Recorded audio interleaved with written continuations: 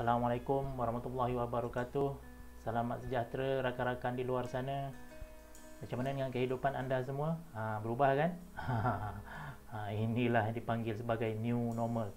Segala-galanya berubah 180 darjah sejak 18 Mac 2020.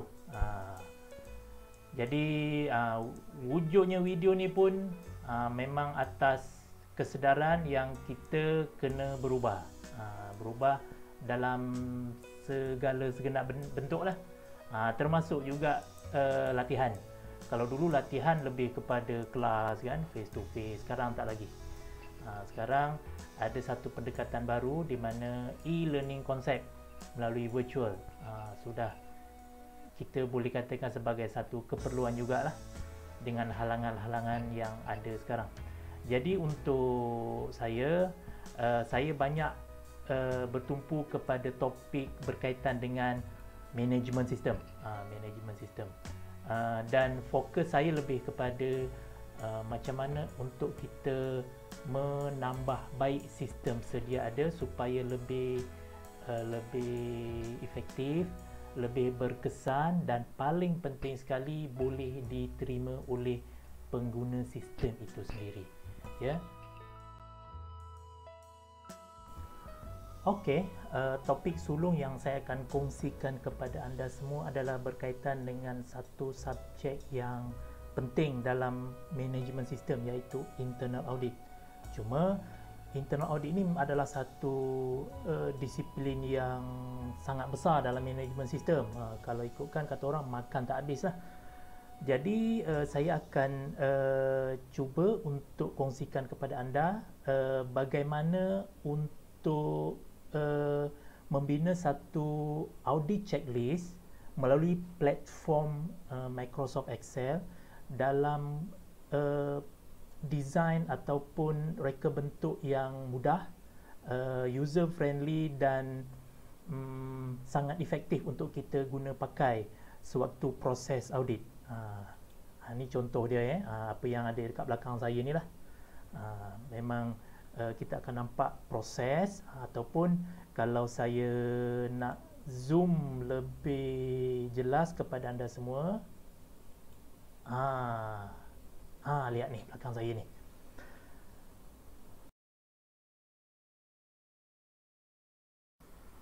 Okey, ini adalah checklist yang saya dah siapkan untuk tujuan video klip ini. Kalau kita lihat dari segi fizikal dia, tengok dari segi fizikal dia, perbandingan dengan checklist kalau kita lihat mungkin sistem yang ada 5 ke 10 tahun yang lepas memang jauh berbeza. Kalau kita lihat, kalau sistem dulu kita nampak macam dah ada skrip, ataupun kita boleh katakan rigid lah. Ada soalan, jawapan, evaluation.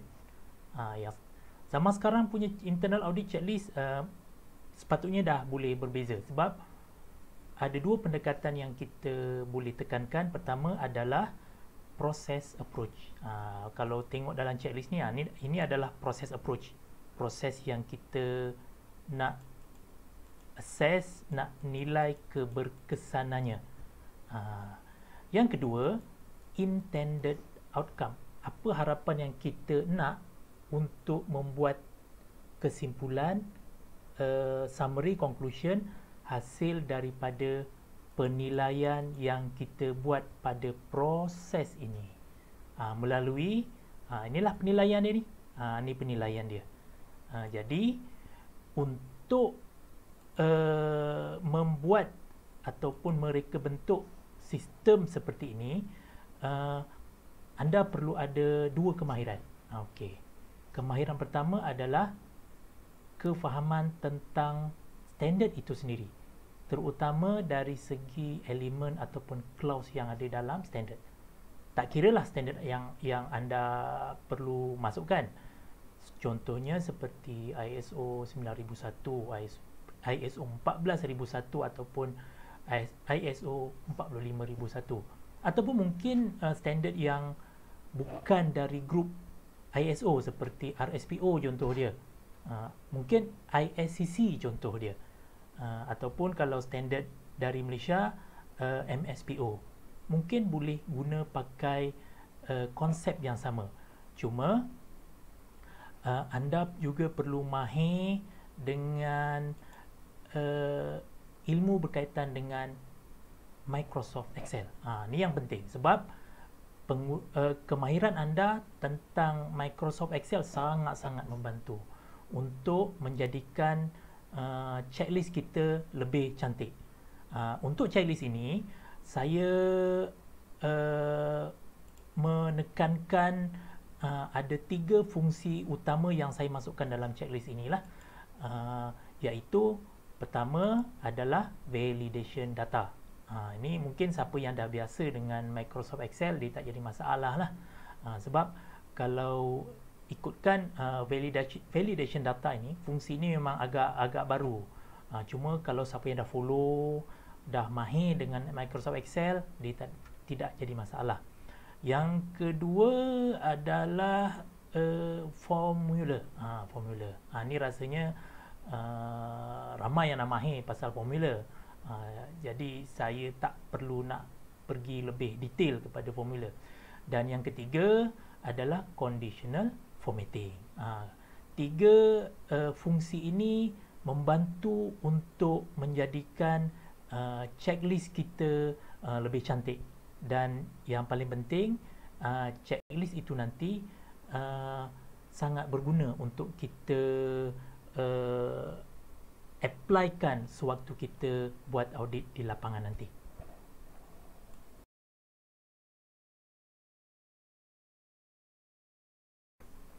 Okey, sekarang saya akan terangkan cara-cara nak buat checklist ini. Pertama sekali, kita kena buka file Excel. Buka file Excel. Kebiasaannya kalau kita buka file Excel, ini view dia.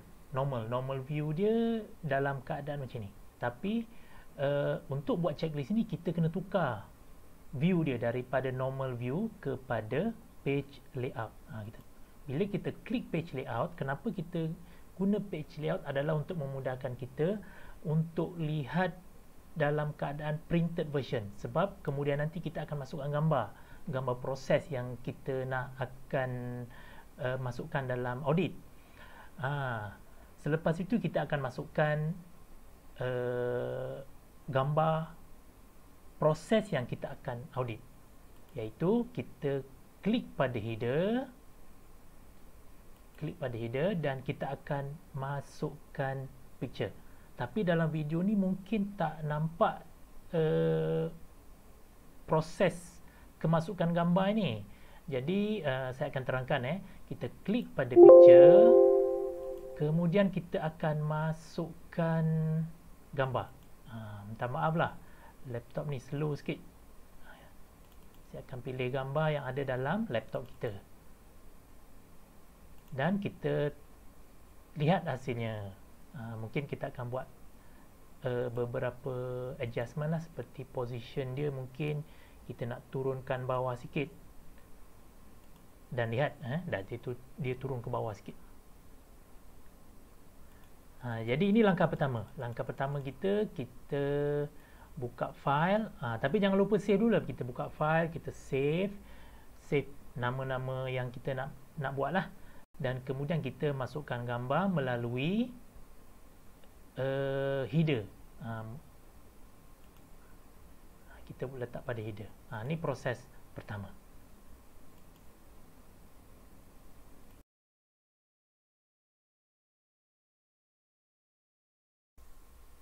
Langkah kedua ni lebih kepada bersifat teknikal, di mana kita akan memasukkan input ataupun checkpoint yang diperlukan untuk membuat penilaian terhadap proses yang kita nak buat audit. Tetapi kita kena juga merujuk kepada perkara dasar, iaitu maksud audit itu sendiri. Jadi rujukan paling penting untuk kita lihat adalah dengan melihat kepada definisi audit itu sendiri dengan ISO 19011 ataupun guideline untuk audit kepada management system sebagai rujukan, yang mana definisi audit itu sendiri adalah satu proses yang sistematik, documented serta dilakukan oleh pihak-pihak yang independen ataupun bebas, yang mana di akhir nanti kita akan dapatkan satu conclusion melalui audit findings, sama ada comply ataupun tidak comply, ataupun conformance ataupun non-conformance, yang mana penilaian itu akan dibandingkan melalui objective evidence dengan merujuk kepada requirement.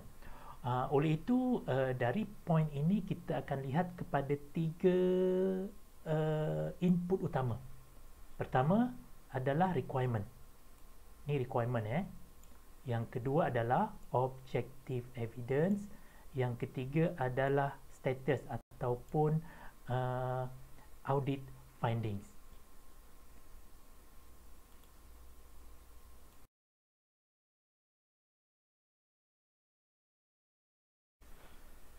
Kalau langkah kedua lebih kepada perkara berkaitan dengan standard, iaitu penilaian terhadap proses yang kita nak buat audit, keperluan-keperluan dia.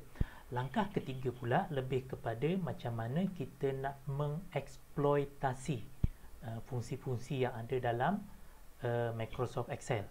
Saya dah sebutkan tadi ada tiga fungsi yang saya akan guna, yang saya telah guna dalam membina checklist ini, iaitu pertama validation data, yang kedua conditional formatting, dan yang ketiga adalah fungsi formula. Jadi saya akan mulakan dengan conditional formatting lah. Conditional formatting ini kita guna untuk kita memberi kesan kepada sel yang kita type berdasarkan kepada rules yang kita telah tetapkan. Sebagai contoh dia, saya buat proses ini proses dia, proses pengeluaran buah kelapa sawit. Jadi ini item nombor 1. Jadi saya akan cek mana proses yang saya akan buat adik. Contohnya untuk pengurusan pokok kelapa sawit, saya akan letak point 1 ini. Tapi tolong abaikanlah warna putih ni sebab dia akan pulih kepada sedia kala nanti. Di sini saya menghubungkaitkan dengan pengurusan pokok kelapa sawit dengan penilaian nombor 1. Di sini. Jadi macam mana sel dia berubah secara automatik? Contoh kalau saya letak nombor 1 sini, dia akan jadi lain. Sama juga dengan proses lain. Jadi contoh kalau saya letak sini nombor 1, dia akan merujuk kepada point sini. Proses dia adalah melalui home, kita pilih conditional formatting. Jadi kita mudah untuk kita spot area mana untuk kita sebagai rujukan. Proses untuk kita set ataupun formatkan sel ini adalah melalui kita letak new rule, ataupun dalam checklist yang saya dah set, kita kena check manage rule lah, yang mana saya dah tetapkan dia punya rule dia, di mana sekiranya sel itu merujuk kepada nombor 1 sehingga 20, automatik dia akan berubah melalui format yang saya tetapkan di sini. Jadi format saya di sini adalah background berwarna biru, biru cair. Biru cair lah. Biru cair dengan line dia. Jadi bila kita klik OK, rule dia akan terus berlaku. Jadi mana-mana setting yang kita akan buat, dia akan berubah mengikut lingkungan yang kita buat, kecuali di luar daripada link. Contoh saya buat di sini.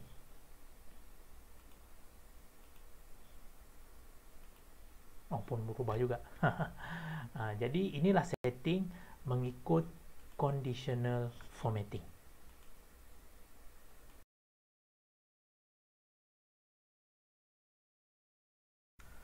Seterusnya fungsi validation data. Fungsi ni lebih menarik sebab kita seolah-olah nak jadikan checklist kita ni sebagai satu electronic form. Sebab ada senarai yang kita letakkan. Jadi macam mana kita nak buat masukkan elemen-elemen validation data dalam checklist kita? Pertama, kita kena klik pada menu data. Di hujung sebelah kanan tu kita ada validation data. Tapi minta maaf lah kalau dalam video klip ni memang tak dipaparkan cara-cara proses macam mana nak masukkan validation data. Cuma saya akan terangkan secara verbal sajalah. Kita klik validation data, kemudian kita klik data validation dan kita masukkan kriteria dia adalah list, list, kemudian source dia. Sebagai contoh saya letakkan source, saya klik source, kita secara automatik kita tahu, kita senaraikan sumber mana kita nak masukkan dalam kita punya list. Bila dah siap kita enter, kita okey. Kesan dia bila kita klik saja automatik, kita tak perlu type lagi. Kan mudah.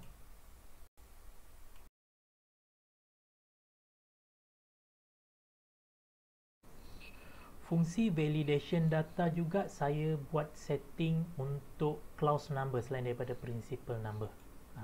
Kalau kita lihat dia boleh berubah, yang ni pun berubah. Okey. Untuk pengetahuan semua, checklist ini saya design sebenarnya untuk memenuhi keperluan MSPO ataupun Malaysian Sustainable Palm Oil.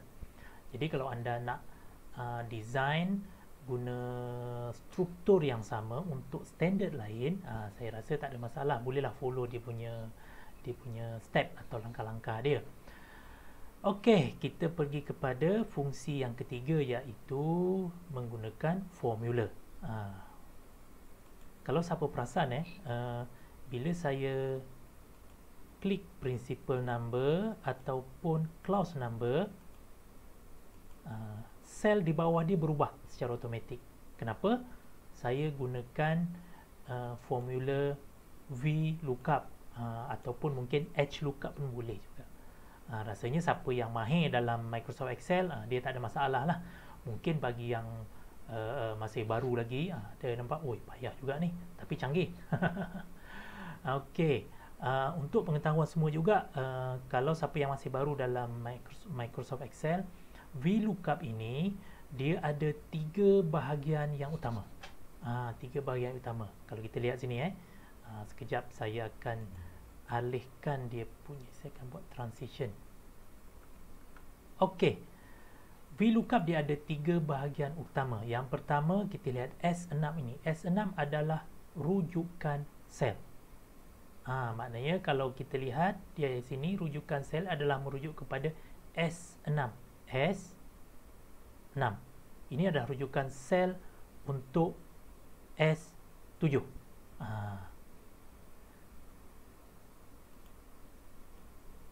Elemen yang kedua adalah sumber di mana kita mengambil rujukan tersebut.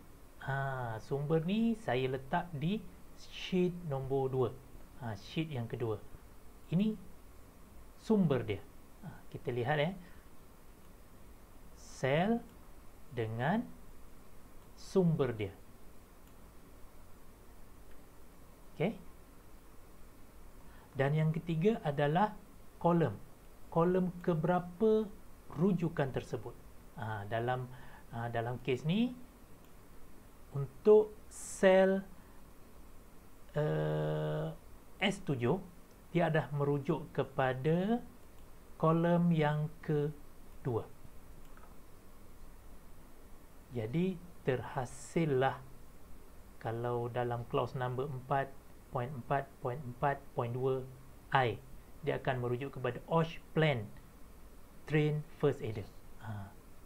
Jadi sebenarnya untuk VLOOKUP, HLOOKUP yang kita masukkan dalam checklist ini sebenarnya sangat membantu, terutama kepada auditor yang malas. Macam saya juga malas.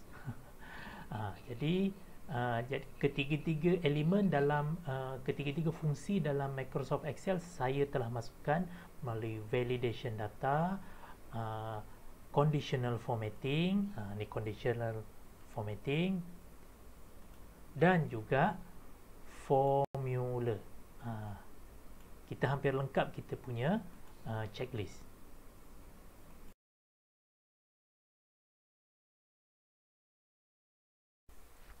Elemen seterusnya adalah objective evidence. Untuk objective evidence saya tak letakkan mana-mana setting function untuk cell ini, sebab untuk evidence kita letakkan, kita nak auditor akan masukkan hasil bukti itu secara manual, evidence ataupun objective evidence lah. Konsep biasa dalam audit, evidence dia akan merujuk kepada hasil audit melalui pembuktian terhadap 3P. P, people, yang kedua paper, yang ketiga practice. Ada setengah auditor dia mengguna pendekatan IDO, interview people, document review, dan O adalah observation. Jadi di sini auditor dia akan type hasil audit dia lah, hasil audit di sini, bla bla bla. Kita letak sini, yang mana kemudian nanti hasil daripada requirement, hasil daripada evidence, status, dan status kita guna sama seperti principal number dengan clause number, guna validation data. Jadi saya kirakan dah lengkaplah proses untuk kita buat penilaian hasil daripada proses yang kita buat.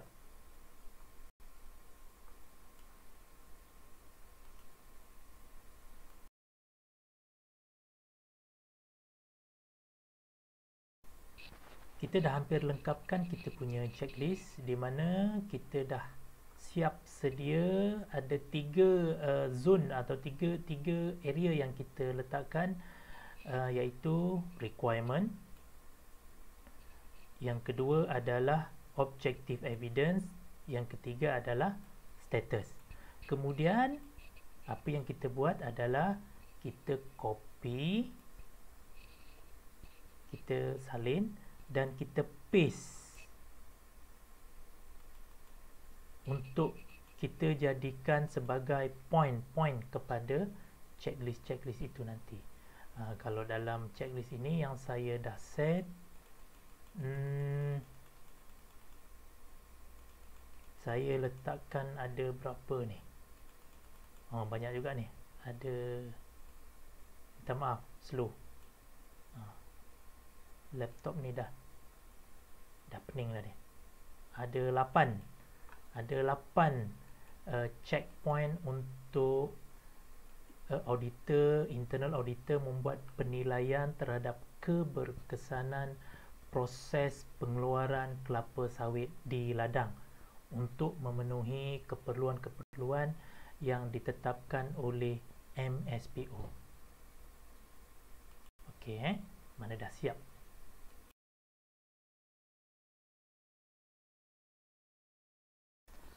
Akhirnya checklist kita pun dah siap. Senangnya dalam hati, checklist sekarang sudah jadi. Kita pun boleh applykan checklist ini di lapangan. Sekarang kita nak test sistem kita. Tapi sebelum kita test sistem kita, kita akan buat audit lah. Macam ada kat belakang ni. Kita buat audit di lapangan melalui teknik-teknik audit yang saya sebutkan tadilah. Kita interview pekerja, interview stakeholder, lepas tu kita buat document review, lepas itu kemudian kita akan buat pemerhatian, buat observation terhadap kerja ataupun proses yang kita audit tersebut, yang mana kemudian nanti kita akan dapat hasil audit itu, nanti kita rekodkan dalam kita punya audit notes sebelum kita transfer ke dalam checklist itu nanti. Jadi sebagai contohnya, kita akan masukkan hasil audit itu berdasarkan kepada penilaian yang kita telah lakukan di tempat kerja terbabit. Okey, katakanlah kita dah settlekan, dah siapkan semua proses kerja itu, dan kita akan dapatkan hasil temuan yang pertama. Okey, contohlah kita ambil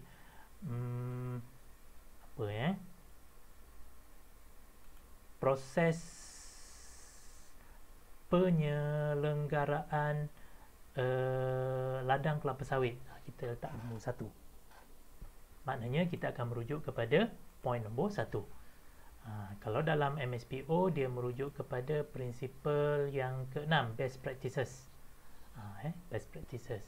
Dan clause ataupun elemen dia akan merujuk kepada 4.6.1. Okey, kita cepat-cepat sikit. 4.6.1.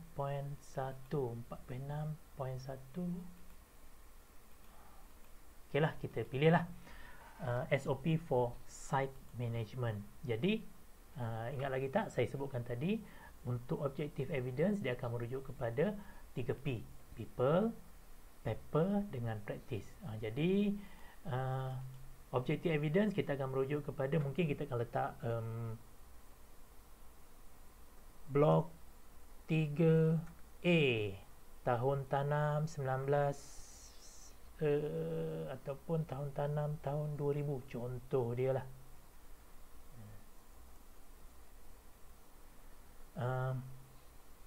Apa objective evidence yang kita telah temui di ladang semasa buat field audit? Sebagai contoh proses maintenance of oil palm tree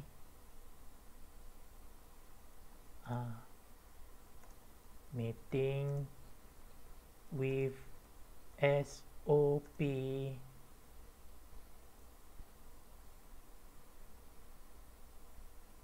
of best practices, SOP 14 contoh lah dan kita tinggal pilih je apa status dia.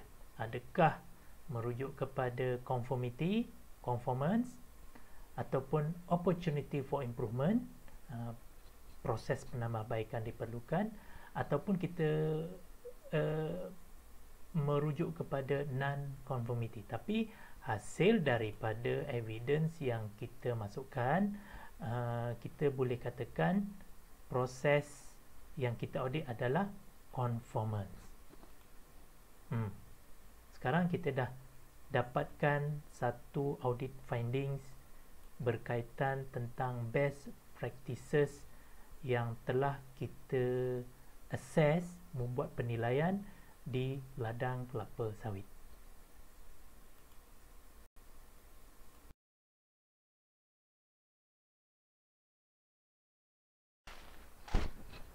Jadi anda semua macam mana dengan checklist tadi, dengan step by step yang saya tunjukkan, yang saya kongsikan? Harap-harap membantu ya. Jadi apa yang saya ingin kongsikan juga dari segi manfaat dia pertama, kita boleh tunjukkan yang checklist kita ni digunakan secara sistematik. Maknanya proses dia tepat dan juga standard. Sebab dia akan merujuk kepada clause-clause yang kita tak payah lagi nak cari standard rujukan kita dalam standard requirement dokumen dia. Dah tak payah, kita semua ada dalam situ. Yang kedua, dia akan menjimatkan masa, sebab kita dah tak payah lagi nak type nak semua, kita tinggal pilih je, kita klik je.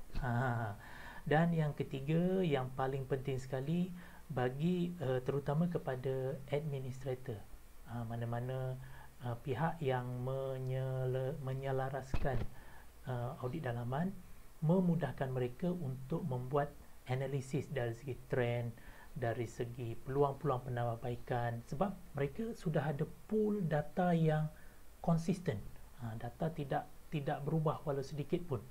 Berbeza kalau internal audit checklist itu dijalankan secara manual. Lain auditor, lain style dia. Jadi di sini kita tidak membenarkan sama sekali auditor menjalankan tugasan mereka ikut kepala mereka. Jadi kita dah setkan siap-siap checklist tersebut, yang mana kemudian nanti dia akan membantu penyelaras auditor, ataupun kebiasaannya kalau dalam sektor perladangan, untuk internal audit adalah di bawah seliaan sustainability department. Jadi memang sangat membantu kepada pihak mereka, yang mana proses itu nanti memudahkan pihak sustainability department untuk memberikan laporan yang lengkap dengan lebih cepat, lebih efektif kepada pihak pengurusan atasan, supaya pihak pengurusan atasan akan membuat keputusan yang tepat berdasarkan kepada data yang cepat dan mudah. Sebab checklist ini ada memberikan satu jawapan yang straightforward. Sebab semua standard, tak kira lah MSPO ke ISO ke, hasil temuan audit itu perlu dibincangkan dan disemak semula, ataupun dalam term standard kita lebih mengenalinya sebagai management review, supaya ada konsistensi daripada internal audit result dan juga management review meeting minutes. Proses ni lebih mudah untuk diguna pakai sewaktu certification audit nanti. Jadi certification body auditor akan gembira lah, suka dia tengok kita punya checklist yang cantik ya, dan sistematik.